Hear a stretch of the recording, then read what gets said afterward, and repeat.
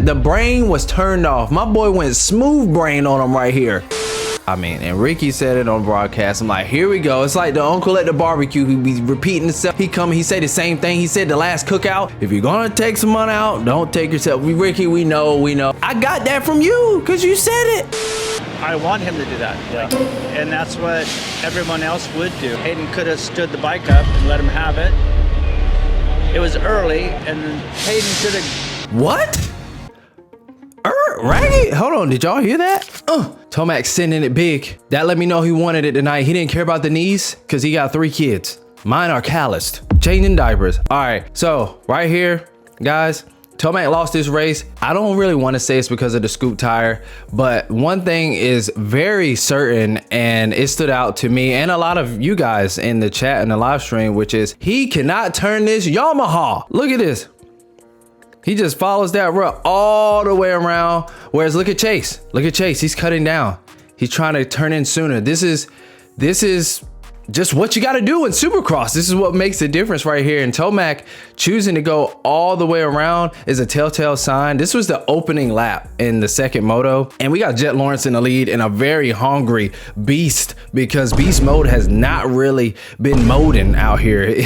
He has been just Tomac, and it's not enough, but his heart was in it. But I'm going to show you, if you don't think that his cornering speed was off and the reason why he lost, I'm going to show you this next clip. This was later in the race. We're going to look at the same turn, and you thought this turn wasn't the best. This one really didn't look that great. All right, so here we go. Still sending it. All right, the knees are feeling good, and he doesn't care. I mean, when he's 32, y'all, that I know it's saying, but he is sending it. Okay, that speaks volumes. Now watch this turn right here.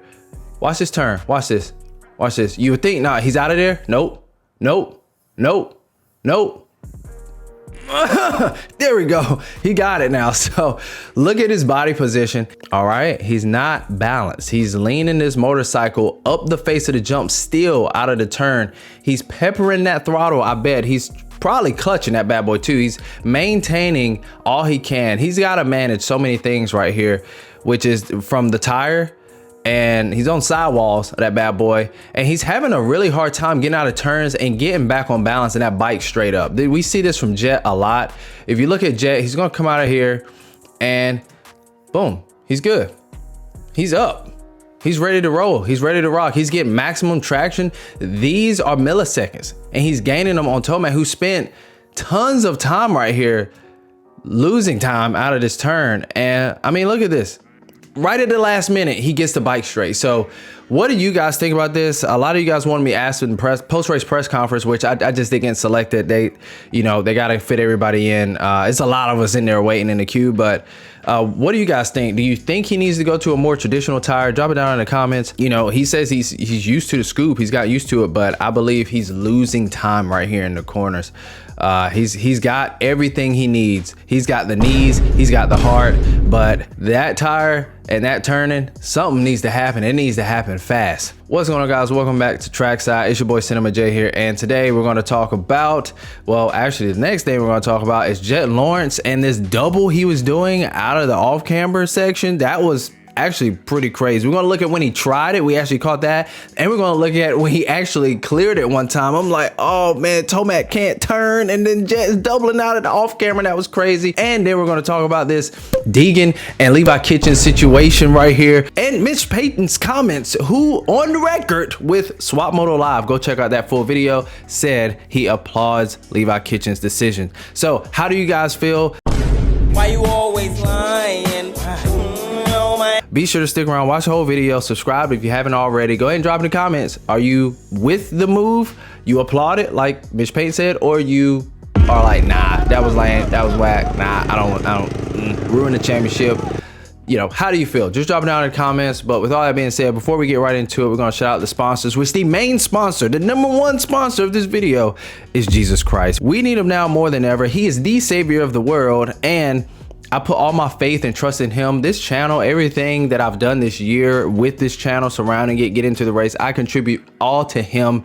And man, guys, to all my prayer warriors out there, thank you, thank you, thank you. That's how I was able to make it to the race. Next sponsor, I got my care package. soda fuel right here. This is the variety pack, comes with 12 and you get to try all the flavors right here. Check them out, 10% off, free shipping on these. Electrolytes, no sugar. So really good. And best flavor for me right now, I flip-flop. Had to get that gypsy juice. Next we got Eargo's earplugs. So if you guys ride, you probably want the 27 decibels to cut out 27 decibels. But if you're just a spectator or go to music concerts, things like that, you probably want to get the 15 decibels. So minus 15 decibels. So these are really good. Warm at the race. My ears were getting blasted 2 different ways from the speakers. Them things were loud. If you were at the race, let me know. Them speakers were really loud, and the bike. So I wore the 15s, the X15. So they were great. Check them out. Last one, Panic Rev. So Panic Rev is a motocross ministry. If you love moto and you love Jesus, Panic Rev is your all access way to go. They're like the perfect organization. All right, that's all I can say. So check out Panic Rev. They got cool merch, great shirts, great products, and they have moto camp. So you guys can participate and ride your bike and have a full on service and sermon and get to praise the Lord. So with all that being said, let's get right into it.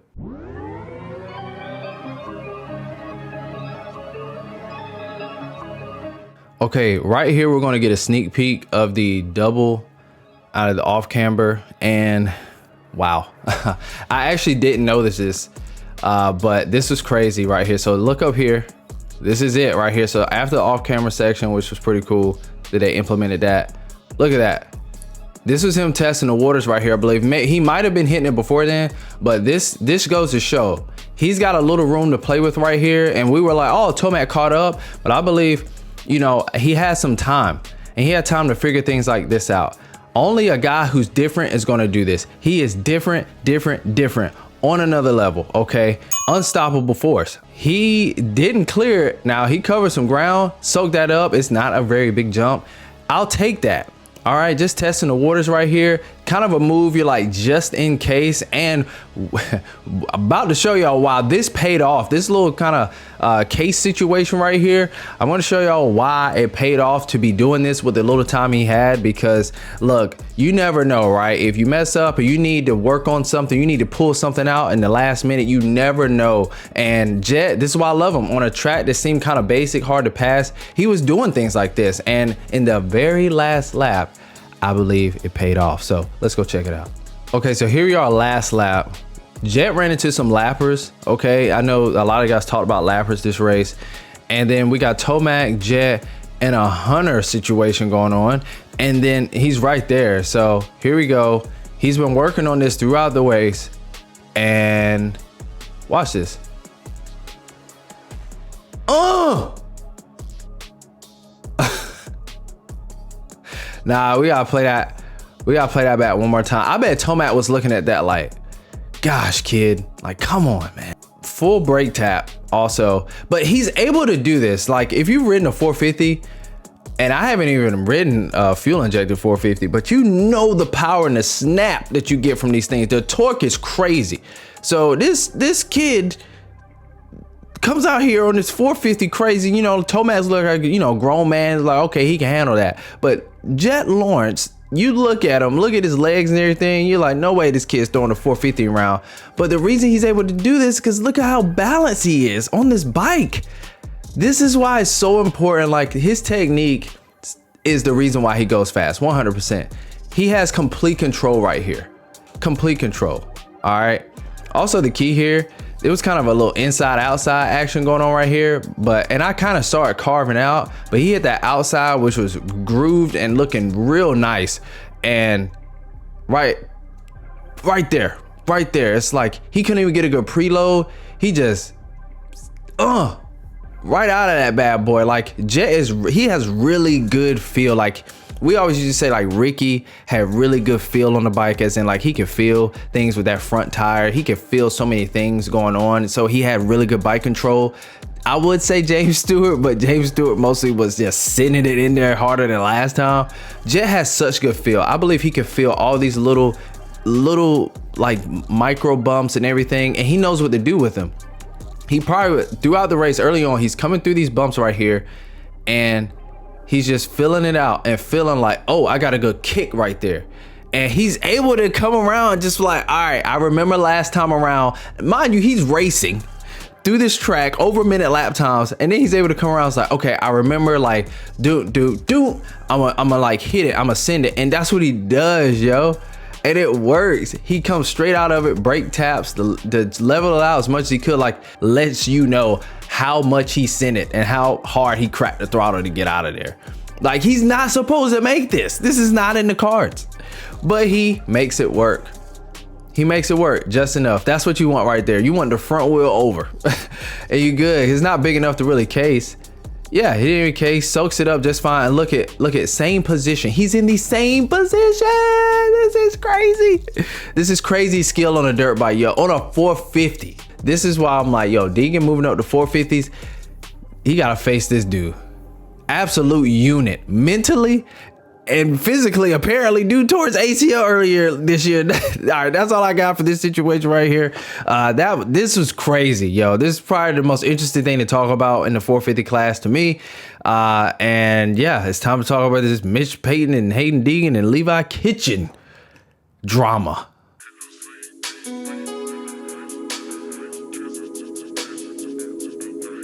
I thought Levi rode, like, it was early in the moto, but he did make an aggressive pass. Yes. I know that's a big deal, but I want him to do that. Yeah. And that's what everyone else would do. And I think that's what Hayden would have done. And he was on the inside, and like, Hayden could have stood the bike up and let him have it. It was early, and then Hayden should have gave it to him, and Levi probably shouldn't have took that chance. What? Right? Hold on, did y'all hear that? Did I hear that? Hold on, did I just hear that? Look, go watch the full video. I'm not playing this. This is from Swap Moto Live, so y'all go check it out. This is the title. I'm gonna try to remember to link it down below, but any one of y'all can YouTube this. Y'all get to hear what he says in full. He does go on to say he applauds the decision, which once again, y'all go check it out. And I ain't making it up. That's what he says. But after what I just heard, I heard more than enough. I've listened to this once already. I don't want to hear it again. I am trying to wrap my head around, how do you applaud this move? Now, I understand that going for it is one thing, and maybe that's what he's saying he applauds, but taking yourself out, that'd be the first thing I'd mention. I'm like, look, we don't want to be going out here wrecking someone else and ourselves, okay? If you're gonna make an aggressive pass, do it wisely, okay?